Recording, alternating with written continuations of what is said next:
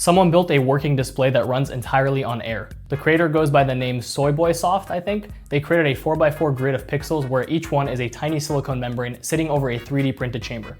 When the vacuum pulls on it, the membrane drops down and you can clearly see it change on the surface. When the air pressure returns to the chamber, the membrane pops back up. And that's a basic on and off state that makes it possible to display something. Now normally 16 pixels would need 16 separate valves, which would be a nightmare of tubing. So they borrowed a trick from electronics called multiplexing. You have 4 rows and 4 columns for a total of 8 connections controlling all 16 pixels. Each pixel has 2 vacuum transistors acting as an AND gate, so it only activates when both its row and column gets triggered at the same time. What makes this even more interesting is that the quote-unquote pixels have built-in memory. Once the vacuum pulls the membrane down, it stays down on its own, so that means it doesn't require a constant power source to keep it in the down state. To reset everything, they included a release line that hits all of the pixels at once and it brings them back up to their neutral state. Now obviously what it can do is pretty simple, like displaying letters, numbers, patterns, or even a basic snake game animation, but it's still cool because it's all from air flowing through 3D printed channels. Now obviously we'd all love to see an even larger version that can play Doom. Of course, I had to try displaying numbers.